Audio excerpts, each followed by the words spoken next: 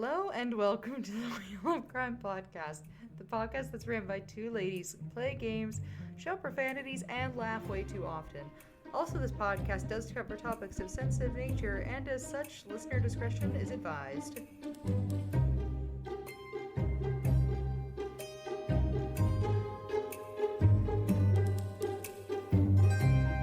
Hello, and welcome back to the Wheel of Crime podcast. My name is Jenn. My name is Emily, and we're going through We're delusional. Guys. Literally fully delusional. Losing our shit, actually. It's been... we were talking a little bit about this before we started recording. We've both been in the process of moving. Mine's like moving adjacent. Jen's just been fully moving houses, and... I was telling her that it took me about 3 weeks to get everything done that I need to get done, and then I think I had a full like psychotic break maybe afterwards. I was like, I've slept 3 hours in the last 3 weeks across all of the days. I know. Pretty sure, or like a night, not sure anymore. Where am I? I don't know. The pain fumes genuinely, have gone to my head. Things have been so chaotic, and pain fumes have also gone to my head, and also rub and buff, because I didn't tell Emily this, but I had a dream. A dream? Not a real dream, but like a dream in my heart, you know? Oh, yes. The dream's been good. Yes, that I could turn things that were silver in my house, like, you know, like the towel rack, like an antique gold with rub and buff. But it did not work. And now I have to repaint my wall because there's rub and buff all over my wall. That's really funny. So I fully for a second thought, so for context, growing up, Jen complained literally every day of her life about her mom making her scrub silverware all the time for the family holidays. I fully for a minute thought you were going to be like, and I polish all my silverware. I'd be like, girl, are you good? I was at the thrift on the hunt for baskets, as I was telling Emily before we started recording. But I didn't find baskets. I did find a piece of silver for our downstairs guest bathroom. And I decided that I was like, okay, I'm going to get this, but the tarnished look is the look I'm going for. So good choice. That's why it's okay. Good choice. We haven't fully regressed back to our childhood years yet. It's still not yet. Not yet. But no, that is funny about the rub and buff. I actually had a similar story, not because it was an aesthetic choice. In my psycho move that I was doing, I had to get some goo gone because my place that I have that's newer was a straight up Airbnb special. So lots of command strips stuck to the wall, lots of carpet tape on the floor, like things like this that just would not come up. So I Googled like everything, but then I realized afterwards that people tell you these things are like temporary or like renter free or whatever the terminology is for a lot of this stuff. Yeah. Hell no. Because taking it off, like, I have fully scratched the floor. I have fully removed a layer of paint from the walls, like, trying to get this stuff off. Yeah. Like, crazy. Literally, in our rental place, like, as we were moving out, I took down a command strip and, like, ripped off, like, a whole-ass piece of the wall. Yep. So I was like, cool. Now I have to patch a fucking hole. That's awesome for me. I need to show Jen something really quick. I don't know if she can see it from here. Ooh, yeah. Yeah, that's a fun one that I'm going to have to figure out. I went to go remove, they had their curtains taped up in what was the bedroom. Taped? So they had like a layer, there was like an internal curtain layer that was taped down and then an external curtain layer that was like the decorative one. But I took down the one that was taped to the wall, fully just ripped off all of the paint along with the tape. And I went, and tried to like put it back, but it was over. You're like, there's no going back. No. That's me. My husband said I went on a rampage the other night because I started taking things off the wall because there was a towel rack in our bathroom and there no longer is because it stuck out so far from the wall that every time you sat down on the toilet you would hit your head on it, like me. That would And piss I me just off. I hit my head on it 4 times in a row. Mm-hmm. And I was like, this thing's coming off right now. And I literally went and got fucking screwdrivers and took that shit off. Good. I did something very similar when we first moved into our other place where they had a towel rack, but it was like kind of in the shower. And I'm my not God. like super tall. For reference, I'm like 5'3". Apparently, the perfect height to also crank my head off this thing every time I got in and out of the shower, and it literally took me like 2 days. And I was like, this shit is disappearing tonight. Like, literally for what? Like, I'm sorry, but that shit, like, it's gotta go. It's literally gotta go. I could not be bothered. Right? Mm-mm. Don't give a fuck. Well, what have you been up to, though, recently? Is there anything new besides moving into your house that's kind of fun that you want to share? I'm literally just moving right now. I feel like that's the only thing we've been doing, and trying to move out of our rental. So we've been like back and forth between the 2 places, but I think we're like officially out by the time this podcast, or by the time this episode is going up, rather. So it's been like a process. I'm so excited to like have some time to chill, which would be next weekend, but instead I'm going to Regina. So Of course. there we go. Yeah, I know. I love it when we do things to ourselves. No, I'm kind of feeling similar where I've done the majority of the things I've needed to done. Like, I've fully gotten everything moved over that I wanted to move over, which is like a majority of the work figured out. But now, because of like the painting adventures I have to go on, it's just I'm really been putting off that one last trip to Home Depot because I have Oh to my color God. match Like, 2 slightly different shades of white. And every time I think about it, it just makes me want to scream because I'm like, no, thank you. We'll get there one day, though. also, like, why is one trip to Home Depot never enough? I feel like once you go one time, you have to go literally 7 times in a row because somehow there's more shit you need from fucking Home Depot. Well, I am thankful because I went to Home Depot a couple weeks ago because originally my grand plan was, why would I need 2 different shades of white? Maybe I can just pick like a fun color and then we can just do a fun color. And then the only color I liked, this is so funny, by the way, but not in a ha-ha way. The only color I liked that would match the 2 different colors of flooring, because one half of my house is gray flooring and the other half of my house is brown flooring, and one half of my house has grayish walls and the other half of my house has eggshite. You know what? Eggshite walls. Eggshite white walls. And all these things, which is crazy to try and match. I like picked a color and then I realized it's the exact same color as the outside of the house. Identical no. color. And I was like, I can't do that. I can't do it. So I wanted a fun color. Now we're just going with the best I can. You know what? Sometimes that's all you need. Right? So good. As for fun, I did start the next Fourth Wing book that Jenn and I have been trying to read. Finally! Jesus Christ! Well, it took me a minute because I'll read these books and I'll enjoy them, but then the things I remember about them aren't necessarily the parts that I enjoyed. So, like, specifically about Fourth Wing, I just remember it being like dragon fantasy, but also very political. And I haven't really been like in a headspace where I'm like, yeah, like let's sit down and get political. But I sat down like, I want to say like a week ago because I had a couple free hours. And I went in. Yep. I think I read like 6 chapters or something. And I was like, see, this is why I'm here, because the banter is bantering. Oh, the banter is so good. I heard someone on TikTok say, though, that they were like, Fourth Wing, like the first book is the only good one in the series. And I just don't agree. I liked Iron Flame. I think people just like to complain, though. It's even like, it's also like a taste difference, I think. Because, for example, when I read ACOTAR, I liked ACOTAR for what it is. Am I going to sit here and tell you it's like the greatest piece of fiction I've ever read in my life? No. Absolutely Did I not. have fun when I was reading it? Because it's hilariously ridiculous in a lot of ways? Yeah. Yeah, I did.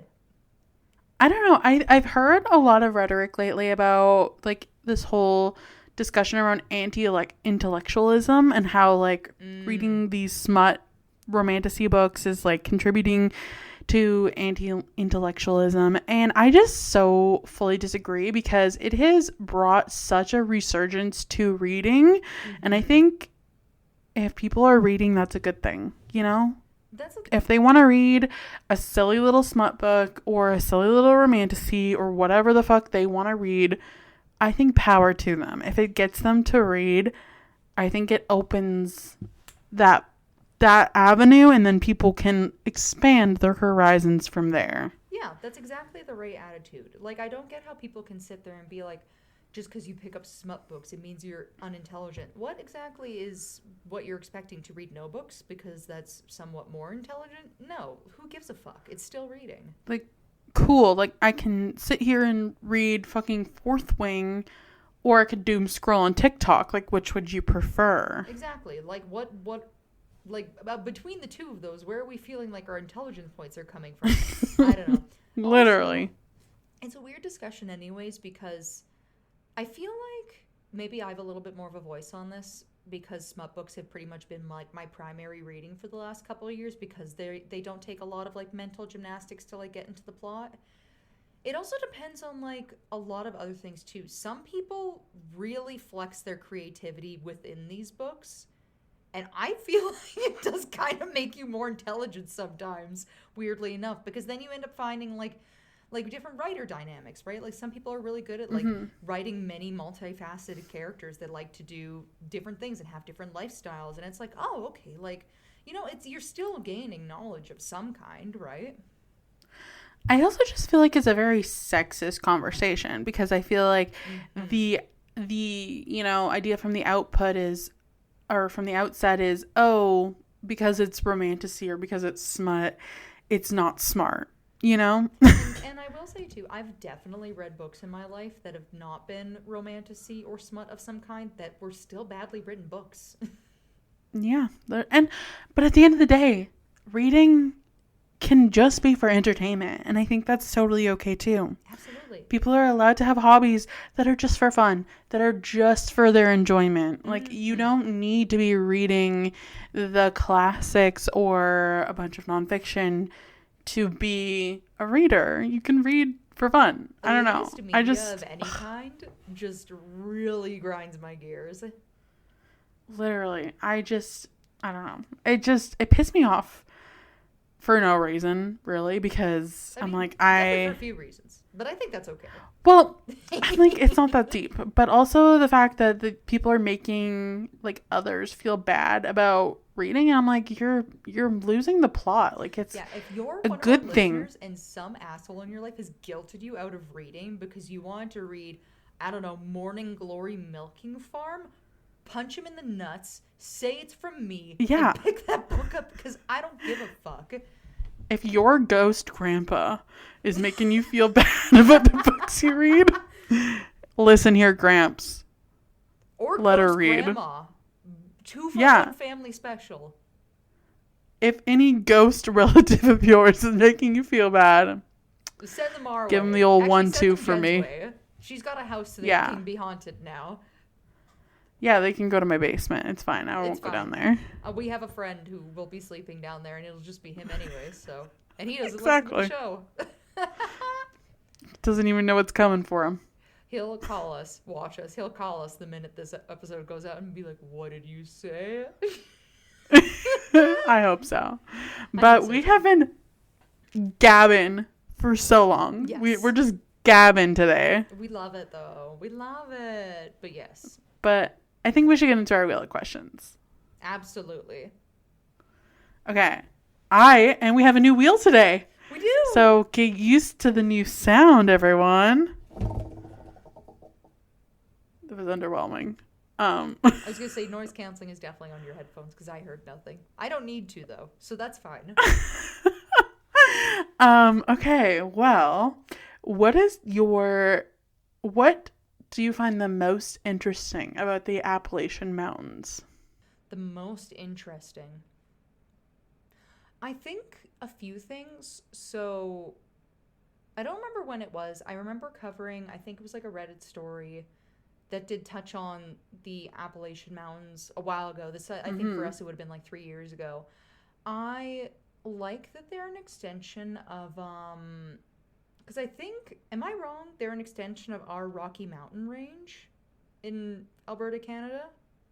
No, they're way more east. Like Like I know we they do are, but have with like them. how the plates move, I know they're an extension of some mountain range that we have in Canada, which I thought was always neat because of how far it goes.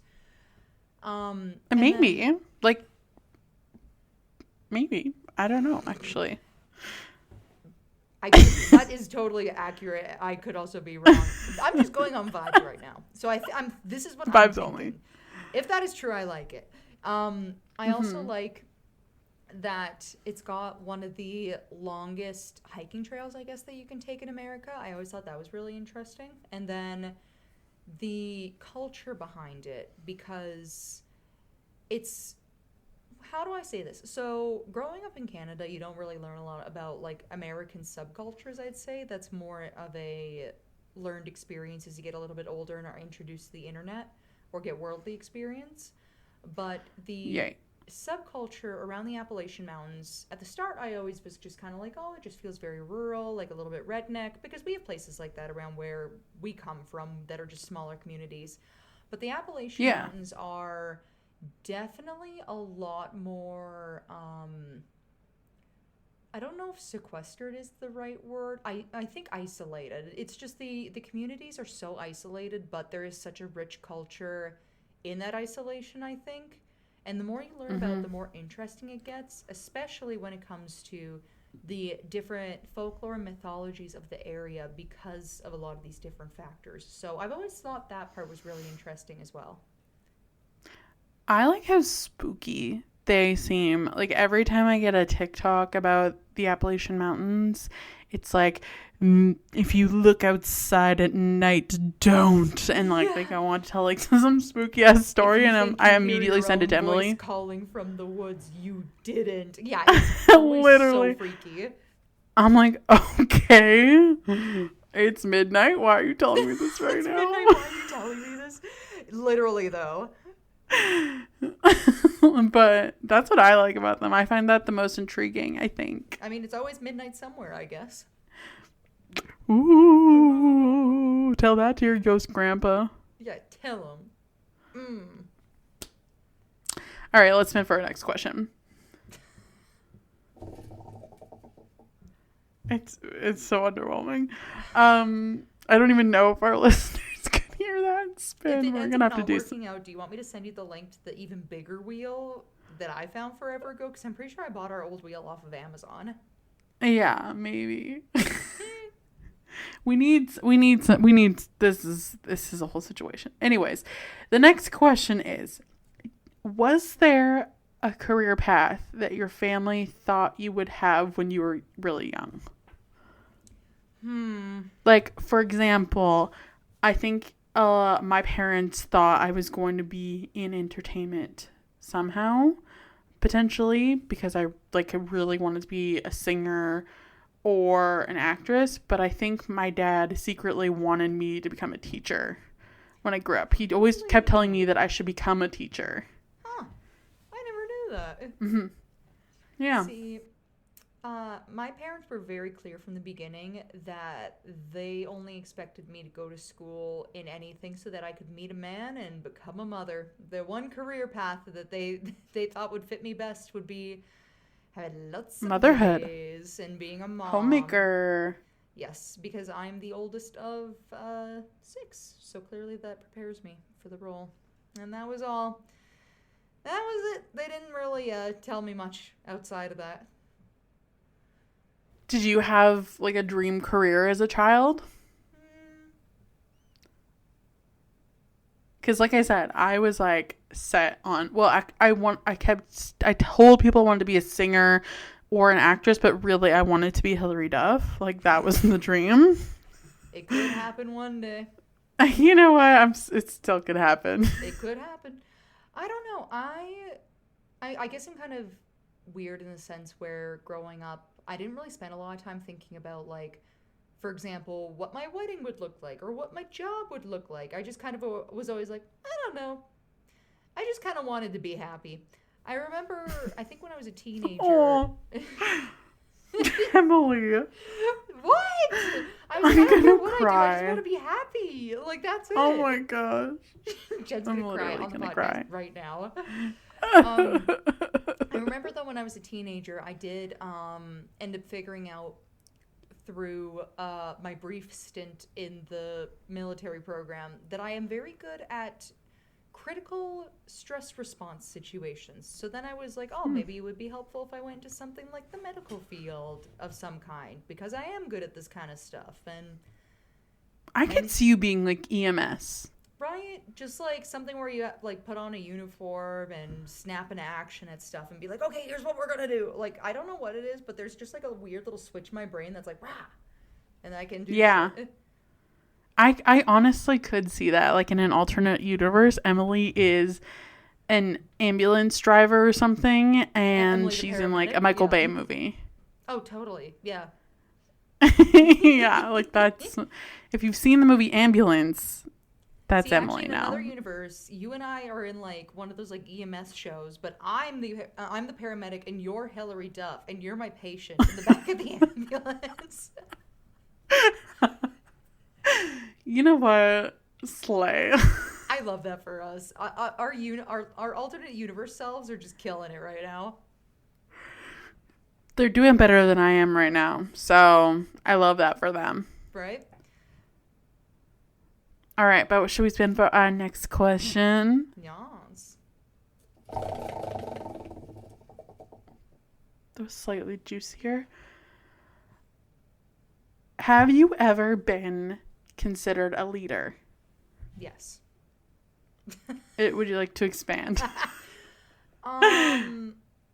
It's just kind of something where I think at some point in growing up, people just kind of decide that for you at some point. Like, I just kind of ended up noticing at some point I was getting put into a lot of like leadership type positions for like for example, what I said earlier with the military program.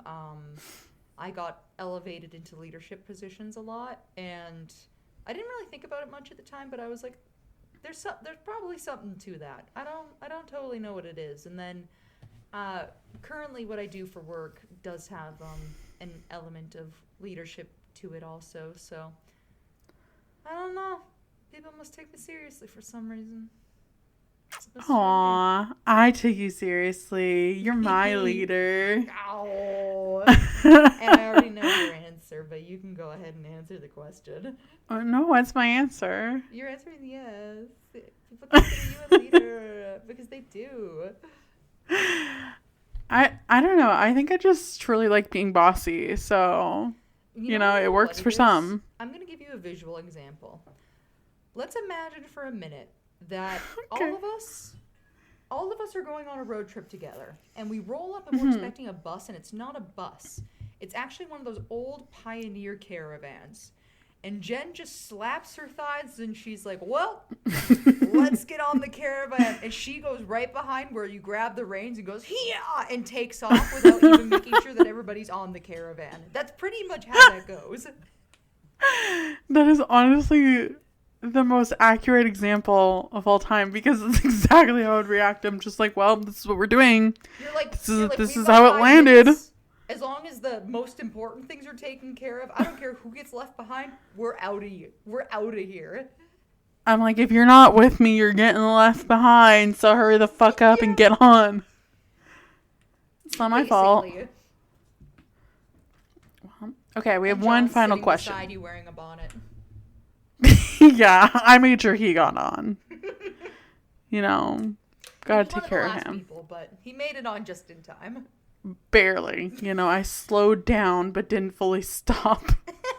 And you had to kind of just jump on. Basically. All right. What's your last question? Okay, let's spin. Okay. Would you ever want to have a big family? No. So some of our longtime listeners might remember this about me because I think I brought it up in casual conversation a few times. I come from a family of 8, but I'm the oldest of 6 children. And that nowadays, that's considered a big family. And that's a lot of people. That's truly a lot of people in It, one house. that's so many people for one house. And having lived through that experience, people are always like, "Oh, I would love to have something like that." And I'm like, "Mm-mm. It's noisy as hell in there." I feel like 6 kids is so many kids. It's so many kids. Like, Yeah, and everybody's home all the time. Yeah, no. yeah. No. See, even when we were growing up, I remember, like, going over to your house and being like, wow, like, I don't know if I could deal with this many siblings. I think we would all truly murder each other. Dude, So Emily must be a saint I because lived in the house, and I was like, I can never leave. Get me out of this hellhole. she was fucking locked in there. Yeah, it's cute for some things. I do enjoy my siblings, and I think that they're all very unique. And having grown up with that type of family dynamic is definitely different. I think. I feel like it's nice now. Yeah, it's just like a weird thing in though, ways. where now it's like I have a hard time seeing the why behind why somebody would want a huge family, which I guess it's my parents' decision. Wasn't really mine, so I guess it's not for me to understand. But even like in terms of if I was to picture, say, my husband and I having kids, I don't see anything more than 3 being feasible. Because then basically the more kids you have, the less you were able to pay attention to people's individual needs, right? And a human's always going to have a lot more needs than, say, a pet. And so they always say, like, for example, with pets, when it comes to cats and dogs, the general quote-unquote rule of thumb is don't own more pets than you have hands. So if you're, like, say, on your own and you've more than 2 pets, that means there's certain ones that aren't getting as much attention because you only have 2 hands. Like, it's just kind of like a correlation thing. And definitely that way when you have big families. There's a dissemination of, like, the amount of attention, the amount of needs that are being met. I mean, I think that's, like, I think of the, like, Duggar family. Yes. Because a lot of them, or not a lot of them, but, like, some of them have come out now and talked about how abusive their home life was. Like, Jill Duggar, I read her memoir, I think last year, and she was like, it's just really interesting. Oh, totally, yeah. Well, because it's just not possible, right? Like, as soon as you have more than 4, I would say 3 or more, 4 or more, like, it's too much. It's just challenging, right? And then as if you're going to be able to spend the same amount of time with everybody, it's just not feasible, especially if you have young kids. Totally agree with you there. But what do you think my story is about today? You didn't even answer the question. No, Would you have absolutely a big not. family? Yeah, but why? You didn't come from a big family. I mean, I don't even want 1 child, let alone 7. Truthfully, though, I feel like because we grew up together, that's a family experience I am willing to bestow upon you, where you understand. You understand. I feel like I didn't get, like, the brunt of it like you because I didn't live there, but, like, I got the vibes of, like, what that situation would be like. And, you know, like, for me as a visitor, I'm like, this is fun and cutesy, but, like, I get to go home after this, and, like, and you're like, you don't get to leave. So I feel like that's a completely different experience. Definitely is. So it's definitely something that, because I've met a couple people since growing up that also come from families of my size or a little bit bigger, and everybody always says the same things. So the psychology is definitely consistent behind that. Yeah, I honestly can't imagine.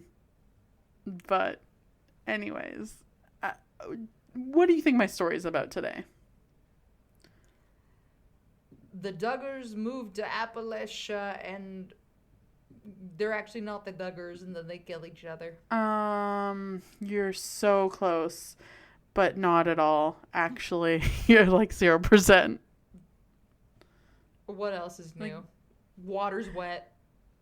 The sun rises in the morning. Emily's wrong about Jen's story. You know what? Sometimes it'd be like that.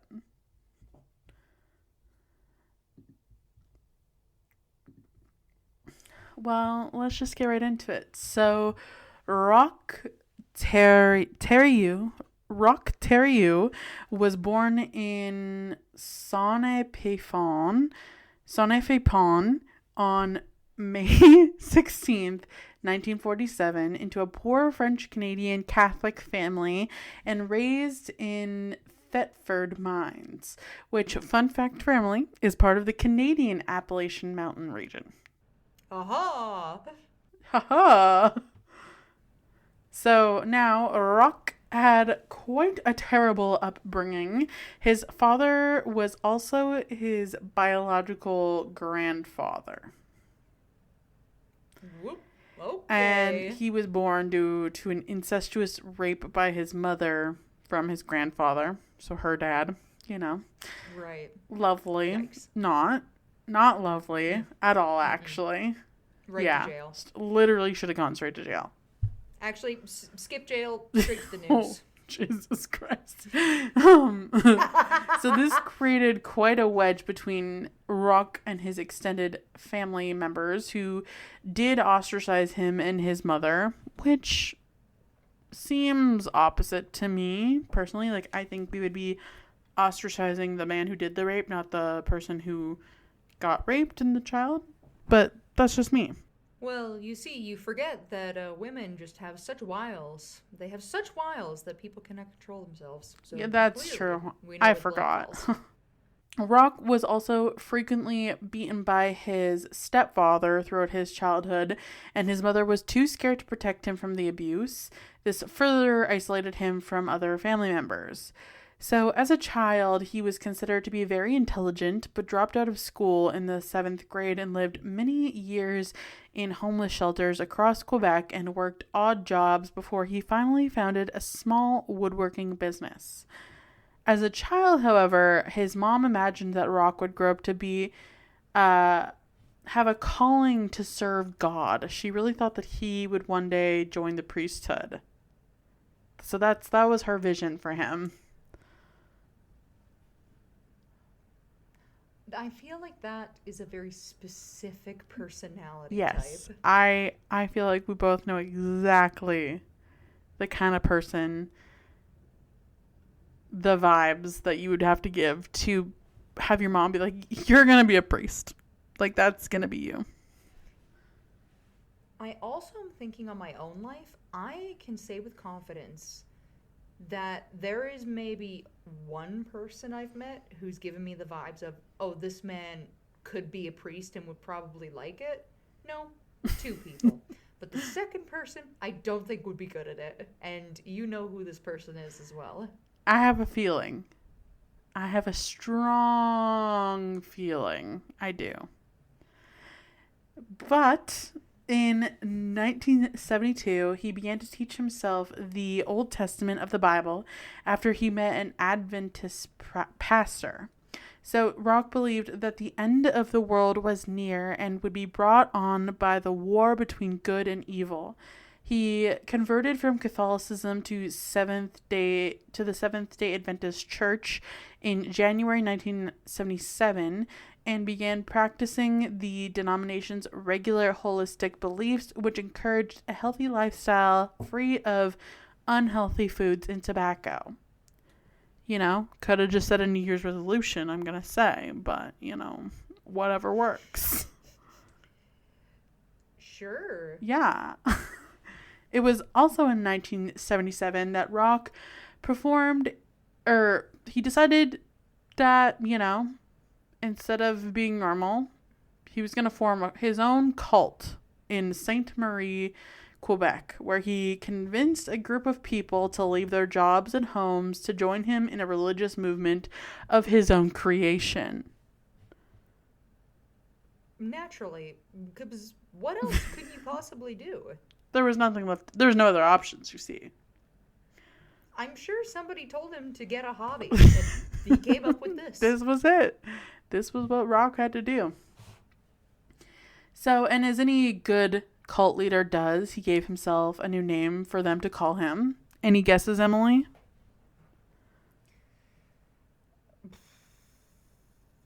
Cult leader names are always so weird. They're like call me the 5th Yahweh, or like Or the six-fingered glory something. I don't know. Much more simple for Roch. He wanted to be called Moses. Oh, cute. Okay. So the goal for the cult was to form a commune where people could freely listen to his motivational speeches, live in unity and equity, and be free of sin. And you know what? I'm just going to come out and say it. I feel like there's a way they could accomplish all of those things without being in a cult. But that's just me. Yeah, it's called starting a podcast. You guys are actually in the Wheel of Crime cult. Welcome. Yeah, it's so cool, guys. You didn't know. That's totally what this is. You've been indoctrinated. I just want to make a place where people... I like how it's just like, I just want to make a place where people can just listen to me talk. There's so many things you can do. Oh, man. He prohibited the group from remaining in contact with their families and with the Seventh-day Adventist Church, as this was against the cult's values of freedom. Naturally, taking away freedom is against your freedom, as they say. Yes. So Roch feared total sense. So Roch feared the end of the world and claimed that God had warned him that it would come in February 1979. Do you think that it did? I have a couple thoughts. First being no. The second one being definitely not, since we're here to talk about it. I mean, it can still happen, Maybe the math was off. It's true. Yeah, just 100 years. It's fine. So he used the commune to prepare for the end days, as they do. And in 1978, in preparation, Roch moved his commune by hiking to a mountainside he called the Eternal Mountain, in hope that in the sparsely populated Gaspé Peninsula, where he claimed they could all be saved. There, he made the commune build their own town while he relaxed, comparing them to ants working in an anthill, and named the group the Anthill Kids. Which is just... This guy's okay, guy. Okay, guy. Work for me doing this, and then I'm gonna call you a rancid nickname. As you bust ass. I'm making you do. Sick. So, in February 1979, when the apocalypse did not occur, people started questioning Roch's wisdom. But he defended himself by saying time on Earth and in God's world were not parallel. Therefore, it was a miscalculation, just as I suspected. Convenient. To expand the community as well as keep the members devoted, Roch married and impregnated all of the women in the commune, fathering over 20 children with 9 members of the group, which, of course, he did. It always ends up coming down to mass reproduction at some point. Yeah, it really does, with the one dude. Yeah. So by the 1980s, there were nearly 40 members, which is 40 too many, if you ask me.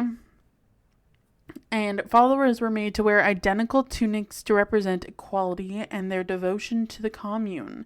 By 1984, the group relocated from Quebec to a new site near Burnt River, a hamlet in central Ontario, which is now part of the Kawartha Lakes. Following the cult's formation, Roch began to move away from being a motivational leader as his drinking problem worsened, exerting an increasingly totalitarian control over the lives of his followers and becoming irrational in his beliefs. Members were not allowed to speak to each other when he was not present, nor have sex with each other without his permission. Roch used his charisma to cover for his increasingly abusive and erratic behavior, and none of the other members questioned his judgment or openly blamed him for any physical, mental, or emotional damage, probably because they would be receiving physical, emotional, and mental damage if they did so. Probably a good guess. So Roch began to inflict punishments on the followers that he considered to be straying by spying on them and claiming that God told them what they did. If a person wished to leave the commune, Roch would either hit them with a belt or a hammer, suspend them from the ceiling, pluck out each of their body hairs individually, or even poop on them. This man resorted to pooping on them. Like, there's so many things that you could have said that I would have been like, yep, run of the mill, taking toenails, okay. Pulling teeth. Like, general torturous asshole behavior. Pooping on people? If someone pooped on me, I'd be so pissed off. I would immediately be like, okay, guy, you're not God, Moses. The audacity. Literally the audacity. Like, at some point, like, I just don't even know what to say to that. It's literally so unhinged. So the Anthill kids raised money for a living by selling baked goods, and members who did not bring in enough money were also punished, which I don't know how many baked goods you would have to sell in order to make a living, but like that's probably a lot of cookies. I can't could you imagine the motivation for you to make money in life is so a man named Moses doesn't poop on you? I have to sell my banana bread so Moses to stick a shit on my forehead. Like, that is actually hell on earth. That is so crazy. That's insane. It's genuinely insane. So over time, Roch's punishments. I didn't make enough shillings. Moses is gonna poop me. I'm so sorry. It's not funny, but I can't. But also, it's a little funny that he's. It's so not funny that it loops around back to being so like ridiculous. Comically insane. Absolutely. So over time, Roch's punishments became increasingly violent and extreme, including making members break their own legs with sledgehammers, sit on lit stoves, shoot each other in the shoulders, and eat dead mice and feces. A follower would sometimes be asked to cut off another follower's toes with wire cutters to prove loyalty. And the abuse extended to the cult's children, who were sexually abused, held over fires, or nailed to trees, while other children threw stones at them.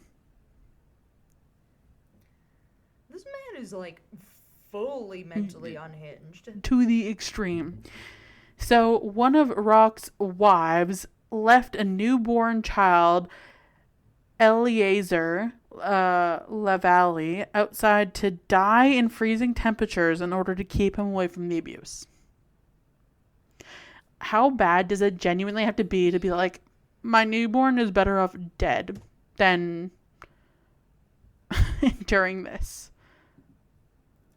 And the worst part is I can actually see that thought process to get to that point. Like, if you still have enough wherewithal in you to understand, like, the extent of what is happening, then yeah. Oh, that's so heartbreaking. It's so heartbreaking. Mm-hmm. So Roch attempted to backtrack to the original religious mission of the commune, beginning to strongly believe in purifying his followers and ridding them of their sins through abusive purification sessions where members would be completely nude as he whipped and beat them. Roch claimed to be a holy being and stated performing unnecessary amateur surgical operations on sick members to demonstrate his healing powers. These surgeries included injecting a 94% ethanol solution into their stomachs, or performing circumcisions on the children and adults in the group, which is fucking disgusting. And I just can't believe that there's this many people. It's only 40 for this. 40's a lot, I guess, but like for this, too mmany for sure. If you put 40 people in front of me and you were like, circumcise all of them, 40's a lot of people. Well, some of them are women, so not all of them. I guess, yeah. Not all of them. But not all of them. In 1987, social workers removed 17 of the children from the commune. However, Roch faced no repercussions at the time for his abusive acts, which is insane. In 1989, when follower Solange Ballard complained of an upset stomach, Roch performed another amateur surgery without anesthesia. He laid her naked on a table and punched her in the stomach, and then forced a plastic tube into her rectum to perform a crude enema with molasses and olive oil. He then cut open her abdomen with a knife and ripped out part of her intestines with his bare hands.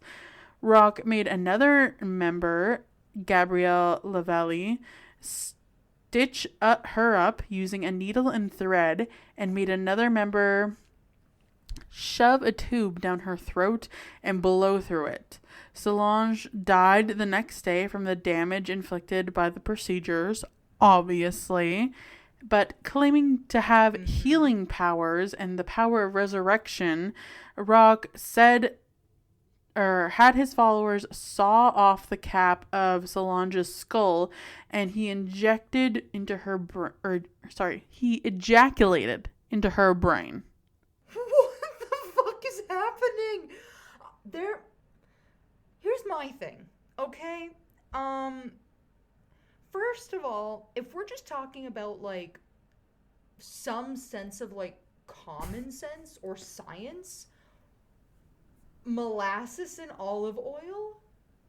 Why would you take the slowest substance on earth with the fastest substance on earth that you could put into a person and mix them together and expect results? Also, punching someone in the stomach when they're like, "Oh, my stomach hurts." So unhinged. Yeah, it's completely nonsensical. And then you're telling me he's like, "Yeah, I can bring her back. Just let me take my back." What? There wasn't anybody who looked at this and they were like, this man's like, well, they're too scared to say anything or he's gonna shit on them. Well, that's fair. Yeah, I get it. Or fucking saw off their skull and ejaculate in there. That's just so crazy. Like, that is... The fact that he could even do that in the first place just tells me that there is definitely a perversion factor of him doing all of these different things. So, Solange did not return to life. Obviously, the sperm in her head didn't work. For whatever reason that is unknown to us in modern science. Scientists are still scratching their heads at that one. But her corpse was buried a short distance from the Anthills commune.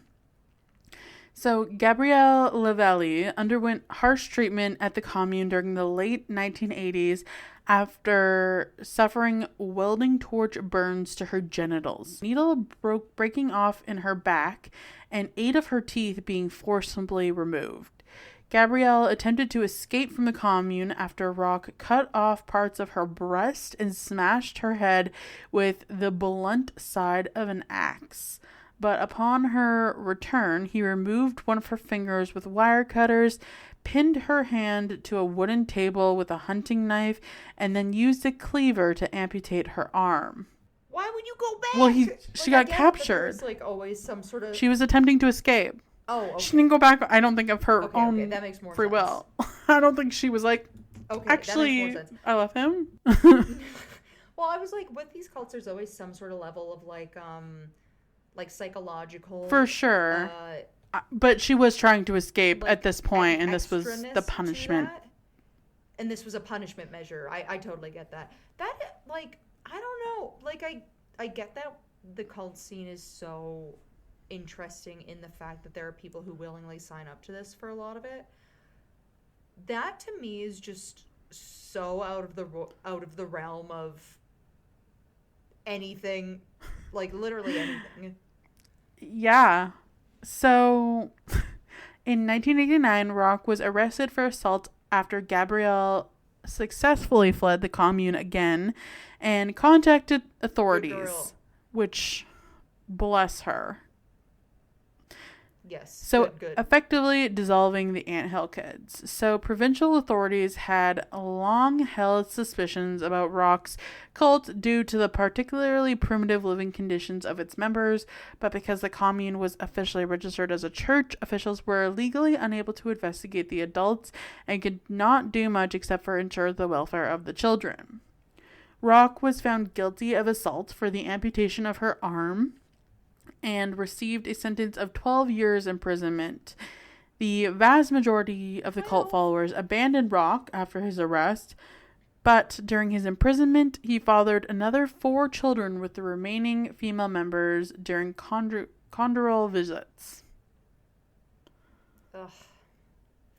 See, that's what I mean. It's like the whole psychological impact of like cult lifestyle and then even like abuse and some of these other things. It's it really is. So Gabrielle's report allowed further investigation into Roch's actions, exposing the wider abuses at the communes and Solange's murder. In 1993, Roch pled guilty to second-degree murder for the death of Solange and was sentenced to life imprisonment.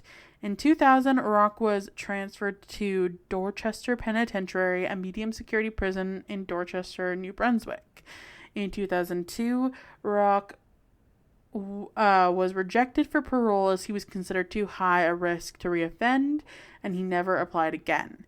In 2009, Roch tried to sell his artwork on a United States-based website, murderauction.com, which called itself a true crime auction house, and it was willing to sell some of Roch's drawings and poetry. The Correctional Service of Canada prevented Roch's works leaving the penitentiary, and Stockwell Day, the Canadian Federal Public Safety Minister at the time, wrote to the Correctional Service to express concern that the killer was benefiting from work in prison. On February 26, 2011, at age 63, Roch was found dead near his cell at Dorchester Penitentiary.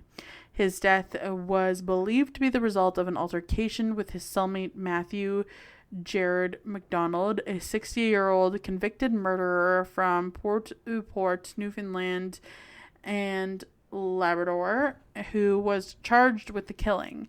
Matthew pled guilty to second-degree murder and was sentenced to life in prison, having already been serving a life sentence for his previous murder charge. Matthew had stabbed Roch in the neck with a shiv, walked down to the officer's station and handed them the weapon and proclaimed, "That piece of shit is down on the range. Here's the knife. I've sliced him up." So I'm guessing he was not a fan of Roch's. Doesn't sound like it, but I would say that I don't find it totally surprising that he's maybe not that charismatic, having no access to vulnerable persons in jail. Yeah, like maybe the charisma points went down a little bit when, he wasn't seen as a literal god. Yeah, and he might have been acting like a little bit of a dickhead. I mean, not that I'm condoning murder, because I'm totally not, but also... Or speculating, yes. But also, that man obviously did not like that man. True. Can't blame him. Those do be facts. But yeah, that's my tale for you today. What did you think of the Anthill Kids cult? That's wild. I had no idea that was in Canada. I've never even heard of this, actually, which is...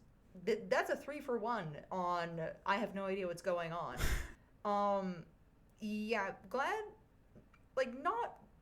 I don't normally say, we're happy about so-and-so being dead or etc. after they're in jail or whatever. But cult leaders, for me, it's always a hard sell on whether or not, the 12 years for me is a bit of a tricky one, because it's clearly they have the capabilities of being able to influence people in this way, and they have an interest in violence. So I'm not too sure what the right call is on their condition, but yeah, either way, that's a pretty rough way to be going out. But hopefully everybody else made it out with definitely more on the up and up and wasn't, permanently set back for life because of this, because that's insanity. Like, literally everything you told me was just crazier than the last thing. Truly. I don't know. I feel like it's interesting to look at people who leave cults because I feel like their lives, not always, everyone's different, but a lot of the times their lives are kind of permanently fucked up because it does so much emotional and mental damage to them being treated that way and like being in that situation that I feel like mentally it'd be very hard to move on. So that's kind of what I'm hoping for, is that, like I always do in these situations where, like I was saying, vulnerable peoples are affected, where it's not something that you can't come back from. But yeah, like I said, I feel a type of way about people who have these types of interests getting access to vulnerable peoples. It does not leave me with a good feeling in my stomach. No. But that is my tale for you today. And that's all I have. All right. Well, if you liked today's episode, you can leave us a review on wherever you're listening to our podcast. We also have our website, which is www.wheelofcrime.com, if you want to check us out on there. We have our Patreon, which is Wheel of Crime at Patreon. We have our email, which is wheelofcrime@gmail.com, if you'd like to send us an email about the show. We also have our social media, which is on Facebook, X, Instagram, and TikTok, all at Wheel of Crime. And lastly, we do regular listener episodes throughout the year, usually around the times of the holidays. We just did one for the Christmas season, which was super fun. And then I believe we're doing another one coming up here for around Valentine's Day. So that'll be fun also. If you would like to get featured on the show, make sure to write in your listener story for then to have your story shared on the podcast, because that is always so much fun for us. Yes, and that's it. That's all. We'll see you next week for another new episode. Okay, bye. Bye.